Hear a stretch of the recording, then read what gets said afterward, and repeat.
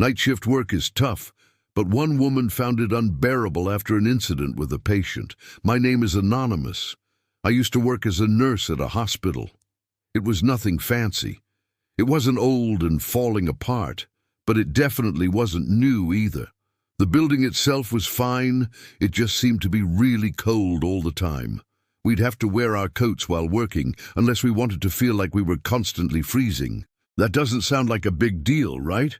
Well, my next story might change your mind. It was about 2 in the morning, and I was doing my rounds when I noticed him sitting up in bed.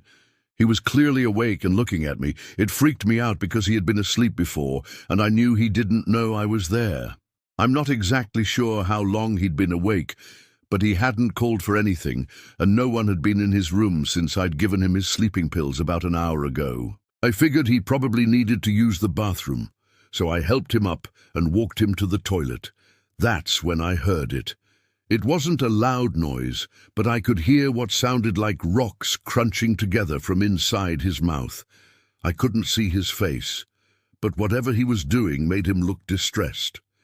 When he was done, I walked him back to bed, and he lay down again. Everything seemed normal, and I moved on to my other patients. The next time I checked in on him, about half an hour later, he was sitting up again and looked at me. I asked him if he was all right and if he needed anything, and he shook his head and closed his eyes. I assumed he just got scared when he saw me, and maybe thought he needed something when he didn't. It happens, so I left him alone. About 2 hours later, I went back again. It was the middle of the night, and all the nurses were asleep except for me. This time I could hear him swallowing loudly and turning in his bed. I don't want to admit this, but I started getting creeped out. I tried to shake off the feeling and convince myself that it was normal and he was just sick. But as I approached the bed, I heard another crunching sound, and he turned to face me with a smile. It took me a second, but then I realized what he was doing. He was eating his dentures. My blood ran cold, and I felt a chill down my spine. His grin widened, and he kept chewing, but not loudly enough to wake anyone else. It was like watching a horror movie come to life. I don't remember much after that. I was frozen in place, staring at him in disbelief.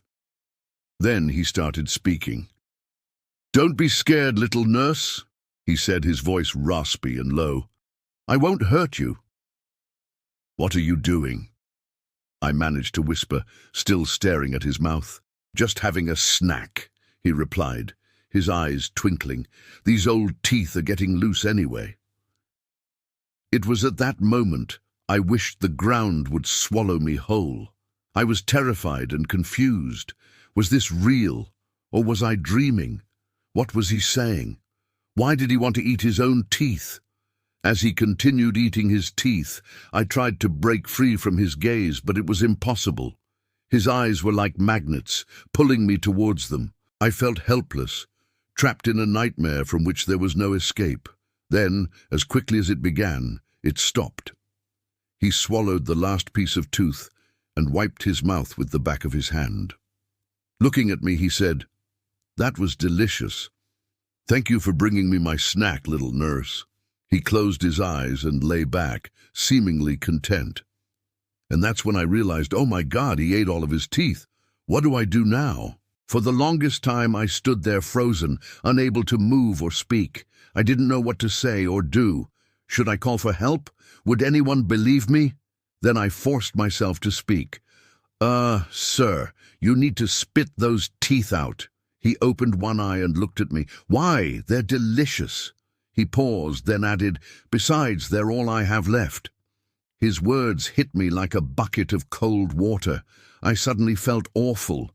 All this time I'd been scared, disgusted, even annoyed. But the thought of him being old and possibly senile and having nothing left hit me hard. He wasn't eating his teeth because he was a monster. He was doing it because he was hungry, and these were all he had. I know it sounds stupid, but I felt bad. Before I knew it, I was kneeling beside his bed, asking him questions. Where did he live? Did he have family? What was his name? All the while he talked to me, his eyes twinkling with mischief. He told me stories about his life, his family, his career. I listened, feeling a strange sense of calm wash over me. As the sun began to rise, I felt a sense of urgency. I had to get him some food before my shift ended. I called for a social worker and explained the situation. Of course, she didn't believe me at first, but I insisted she come see him. By the time she arrived, he was peacefully sleeping. She looked at him, then at me, her face pale. "Oh my God," she whispered.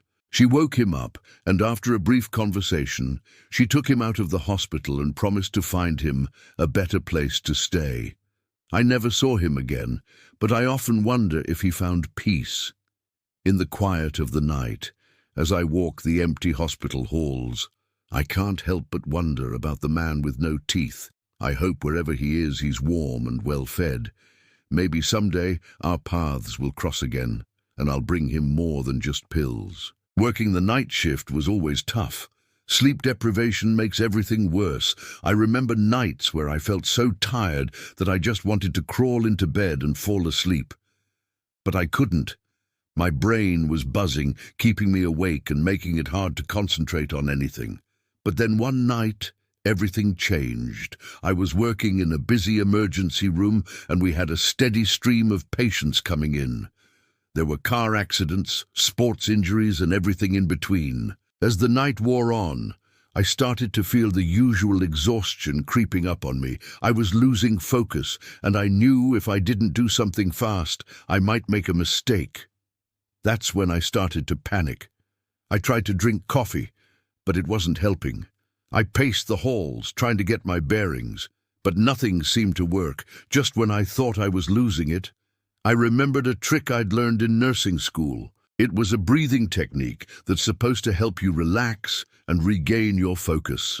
I closed my eyes, took a deep breath in, and then exhaled slowly. It was weird, but it seemed to work. I could feel my heart rate slowing down and my thoughts becoming clearer. After a few minutes, I was back in business. I finished my shift without making a single mistake, and I haven't forgotten that trick since. I've used it countless times to help me power through long shifts and stressful situations, and I've even taught it to other nurses who were struggling with burnout. It's amazing what a simple breathing technique can do. Looking back, I realize how lucky I was to have learned that trick in nursing school. It's been a lifesaver for me, both literally and figuratively. Burnout is a real issue, and it can be hard to recognize the warning signs. If you're feeling overwhelmed, don't hesitate to reach out for help. Remember, you're not alone. And that concludes today's episode.